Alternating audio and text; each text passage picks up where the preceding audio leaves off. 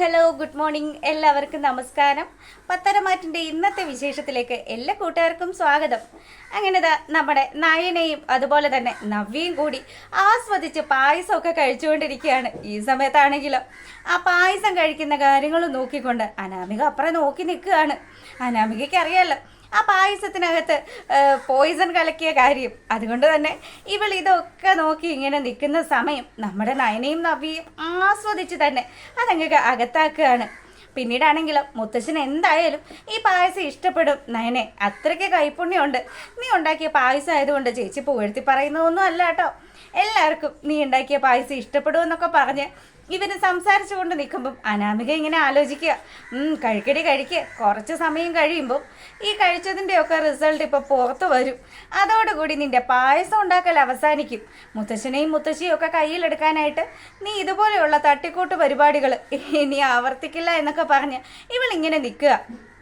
ഈ സമയമാണെങ്കിലോ നമ്മുടെ വേണുവും അതുപോലെ രേവതിയും കൂടി അവരും പായസം ആസ്വദിച്ച് കഴിക്കുക. എന്തൊക്കെ പറഞ്ഞാലും നയനയുടെ കൈപ്പുണ്യം പറയാണ്ടിരിക്കാൻ പറ്റത്തില്ല. അതുപോലെയല്ലേ അവൾ പായസം ഉണ്ടാക്കിയിരിക്കുന്നത്. ഇതിലൊക്കെ എന്ത് കൈപ്പുണ്യം പറയാനാ. അതെ, അവൾ ഇതിനകത്ത് കുറച്ച് പാലും പഞ്ചസാരയൊക്കെ അധികമായിട്ട് ചേർത്തിട്ടുണ്ടെന്നേ ഉള്ളൂ.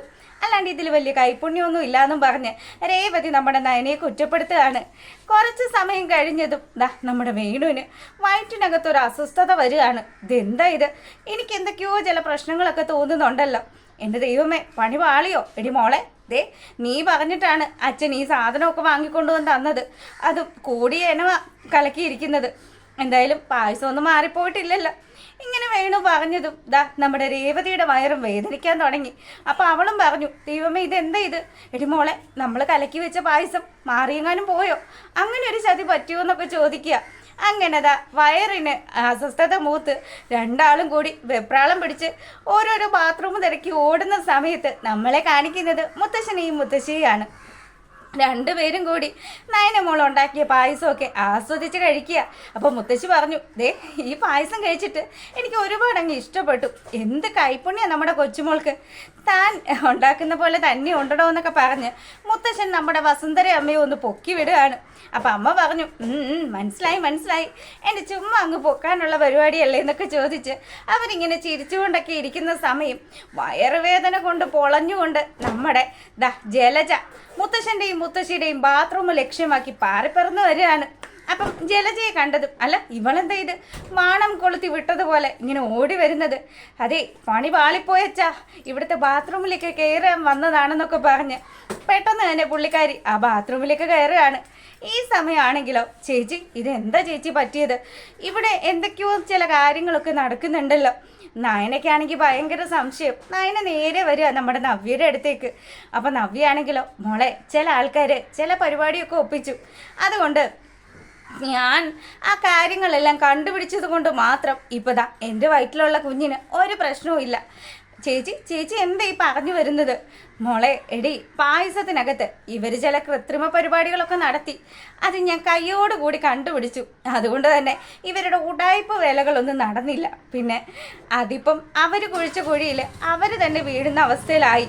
എന്തായാലും അനുഭവിക്കട്ടെ. അങ്ങനെ ഇവരിവിടെ സംസാരിച്ചു കൊണ്ട് നിൽക്കുന്ന സമയത്താണെങ്കിലോ നമ്മളെ കാണിക്കുന്നത് വേണു ആണെങ്കിൽ ഒരു രക്ഷയില്ല. പുള്ളിക്കാരന് ഒരു ബാത്റൂമും ഫ്രീ അല്ലാണ്ട് നിൽക്കുന്ന അവസ്ഥയിൽ ഇതെവിടെ പോകും എന്നുള്ള കൺഫ്യൂഷനിൽ നിൽക്കുകയാണ്. അങ്ങനെ ഓടിച്ചെന്ന് നമ്മുടെ അനാമികയുടെ റൂമിലേക്ക് കയറുകയാണ്. അനാമികയുടെ റൂമിൽ ആരാ കയറി ഇരിക്കുന്നത്? അപ്പോഴത്തേക്കിനും ബാത്റൂമിനകത്ത് നിന്നും നമ്മുടെ രേവതി പറയുക, എൻ്റെ പൊന്നു മനുഷ്യ, ഈ വീട്ടിൽ ഒരുപാട് ബാത്റൂമുണ്ട്. നിങ്ങൾ ഏതെങ്കിലും ഒരു ബാത്റൂമിലേക്ക് പോയിക്കോ, ഇവിടെ എന്തായാലും ഞാനുണ്ടെന്ന് പറയുക. അപ്പം വീണ്ടും വയറും പൊത്തി പിടിച്ച് പുള്ളിക്കാരൻ വീണ്ടും ആ സ്റ്റെയർ ഇറങ്ങി ഇങ്ങ് വരുന്ന സമയത്ത് അനാമികയാണെങ്കിൽ അസ്വസ്ഥത കൊണ്ട് പൊളയുകയാണ്. അവൾ നേരെ ഇങ്ങ് വന്നിട്ട്, അച്ഛനിത് എവിടെ നടക്കുക? എൻ്റെ പൊന്നു മോളെ, നിൻ്റെ ബാത്റൂമിൽ അമ്മ കയറി അടയിരിക്കുകയാണ്. ഇനി ഞാൻ എവിടെ പോകും? ഇവിടെ ഒരുപാട് ബാത്റൂമുകളൊക്കെ ഉണ്ട്. എന്നാലും എൻ്റെ മോളെ, ഈ ചതി ഞാൻ വീട്ടിൽ പോകാനിരുന്നതല്ലേ, ഈ ചതി എന്നോട് നീ ചെയ്യണ്ടായിരുന്നു എന്നും പറഞ്ഞ് പുള്ളിക്കാരൻ ഇങ്ങനെ പറയുന്ന സമയത്ത്, അച്ഛൻ എന്ത് വിഷം വാങ്ങിക്കൊണ്ട് വന്നത്? ദേ അവളുടെ ഗർഭം കലക്കാന്നൊക്കെ വിചാരിച്ച് കലക്കി കൊടുത്ത സാധനം അതിപ്പോൾ എനിക്ക് തന്നെ വിനയായല്ലോ ദൈവമേ. ഞാൻ മാത്രമല്ല ആ ജലജയും കിടന്ന് പാട് കഴിക്കുന്നുണ്ടെന്നൊക്കെ പറഞ്ഞ് ഇവൾ വേഗം തന്നെ അവളുടെ റൂമിലേക്ക് ഓടിപ്പാഞ്ഞു പോവാണ്. ഈ സമയം വയറ് കൊണ്ട് ഒരു രക്ഷയില്ല. നമ്മുടെ ജലജ ബാത്റൂമിൽ നിന്ന് പതുക്കെ ഇങ്ങനെ ഇറങ്ങി വരികയാണ്. ആ സമയമാണെങ്കിലോ നമ്മുടെ നവ്യ ഫോണൊക്കെ തോണ്ടി ഇങ്ങനെ ഇരിക്കുക. അപ്പം നവ്യയെ കാണുന്ന സമയത്ത് ജലജ പറഞ്ഞു, ഡി സത്യം പറയും, ഈ പായസത്തിൽ നീ എന്താ കലക്കിയത്? ഞങ്ങൾക്ക് മാത്രമല്ലേ പ്രശ്നമുള്ളൂ, മുത്തശ്ശനും അമ്മയും അച്ഛനും ഒക്കെ ഓക്കെ ആയിട്ടിരിക്കുന്നുണ്ടല്ലോ, ഇതിൽ എന്ത് കൃത്രിമമാണ് നീ ചെയ്തതെന്ന് ചോദിക്കുക. അതെ, അത് ചില ആൾക്കാർ ചില കാര്യങ്ങളൊക്കെ ചെയ്തു, പിന്നെ നല്ല മനസ്സുള്ള ആൾക്കാർക്കൊന്നും ഒന്നും സംഭവിക്കില്ല. നിങ്ങളെപ്പോലെ ആവശ്യമില്ലാത്ത ചിന്തയും കൊണ്ട് നടക്കുന്ന ആൾക്കാർക്ക് എന്തെങ്കിലുമൊക്കെ സംഭവിക്കും. ഇപ്പം മനസ്സിലായില്ലേ? ഇപ്പം എങ്ങനെയുണ്ട്? മൊത്തത്തിലൊന്ന് ഇളകിയ ലക്ഷണം ഉണ്ടല്ലോ, ശരീരത്തിന് നല്ല സുഖമുണ്ടോ? ഇനി ഒന്നുകൂടി പോകണമെന്ന് ചോദിക്കുക.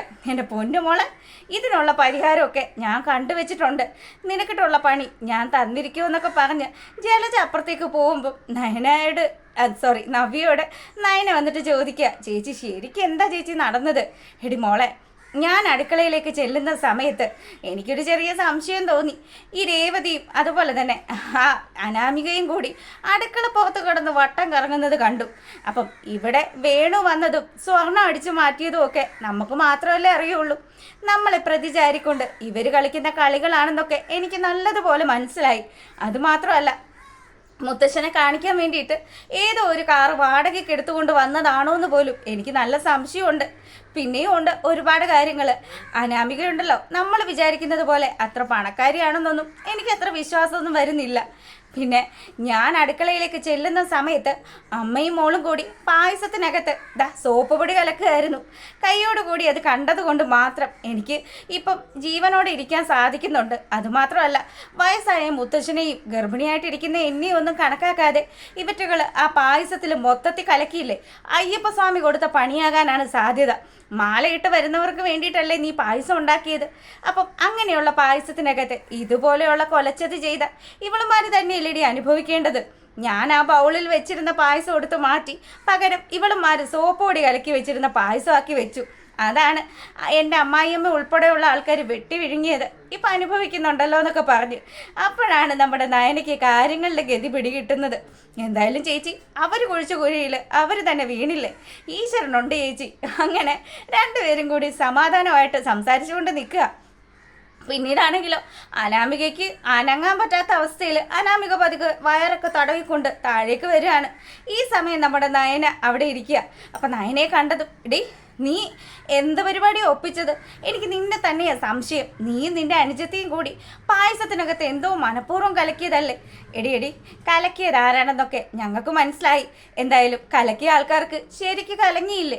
ഇപ്പം സമാധാനം ആയോ എന്ന് ചോദിക്കുക. ഇനി ഒരു തുള്ളി ജലാംശം പോലും എൻ്റെ ശരീരത്ത് ബാക്കിയില്ല. നിനക്ക് സമാധാനം ആയല്ലോ അല്ലേ നവ്യേ? ഇതിനുള്ളത് നിനക്ക് ഞാൻ തരുന്നുണ്ട്. ദേ, നിന്നെയൊക്കെ പോലെ ഞങ്ങളാരും കള്ളത്തരം ചെയ്തല്ല ജീവിക്കുന്നത്. എന്തായാലും നിനക്ക് കിട്ടേണ്ടത് കിട്ടി. അതുപോലെ എൻ്റെ അമ്മായി അമ്മയ്ക്കും കുറച്ച് ആശ്വാസമായിട്ടുണ്ട്. അങ്ങനെ ഇവർ അങ്ങോട്ടും ഇങ്ങോട്ടും തർക്കിച്ച് നിൽക്കുക. അപ്പോൾ ഈ സമയത്താണെങ്കിലും അനാമിക നമ്മുടെ നവ്യയെ വെല്ലുവിളിച്ചിട്ട് അവളങ്ങ് പോവുക. ഇതിനുള്ള ശിക്ഷ ഇന്ന് വൈകുന്നേരം ശബരിമലയ്ക്ക് പോവാൻ മാല ഇട്ടിരിക്കുന്നവർ തിരികെ വരുന്ന സമയത്ത് നിനക്കും നിന്റെ അനുജത്തിക്കും ഞാൻ വാങ്ങിക്കൂട്ടി തരാമെന്ന് പറഞ്ഞു. അങ്ങനെ വെല്ലുവിളിയൊക്കെ നടത്തി അവൾ അവിടുന്ന് പോയി. പിന്നീട് നമ്മളെ കാണിക്കുന്നത് നമ്മുടെ നന്ദൂട്ടനെയാണ്. നന്ദു ചേച്ചിയും ചേട്ടനും ഒക്കെ ടൂറ് പോയി കാണും എന്നുള്ള പ്രതീക്ഷയിൽ നമ്മുടെ നവ്യയെ വിളിക്കുക. അപ്പം നവ്യ ഫോൺ എടുത്തതും, പറയും മോളെ, എന്തുണ്ട് വിശേഷം? ചേച്ചി, നയന ചേച്ചി പോയിട്ട് വിളിച്ചില്ലല്ലോ.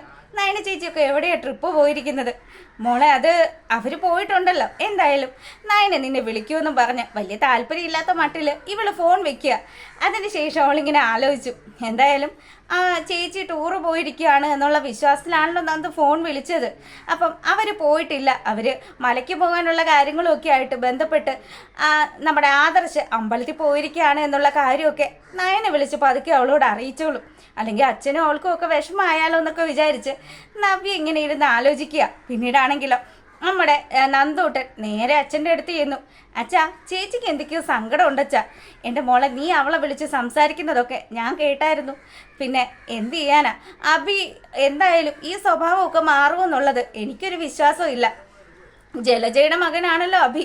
അതുകൊണ്ട് തന്നെ ജലജയുടെ എല്ലാവിധ സ്വഭാവങ്ങളും നമ്മുടെ അഭിക്കുണ്ടാവും. പിന്നെ ഈ സമയത്ത് ഭർത്താവിൻ്റെ കെയറും പരിഗണനയൊക്കെ ഉണ്ടാവണമെന്ന് അവൾ വിചാരിക്കുന്നതിൽ നമുക്ക് അവളെ തെറ്റു പറയാൻ പറ്റില്ലല്ലോ. എന്ത് ചെയ്യാനാച്ചാ, അങ്ങനെയൊക്കെ ഇവർ സംസാരിച്ചു കൊണ്ട് നിൽക്കുന്നതൊക്കെ കാണിച്ചുകൊണ്ടാണ് ഇന്നത്തെ വിശേഷം അവസാനിക്കുന്നത്. അപ്പോൾ ഇഷ്ടപ്പെട്ടിട്ടുണ്ടെങ്കിൽ ഒന്ന് ലൈക്ക് ചെയ്തേക്കുക. എല്ലാവർക്കും നല്ലൊരു ദിവസം ആശംസിക്കുകയാണ്. അപ്പോൾ ഓക്കെ, താങ്ക്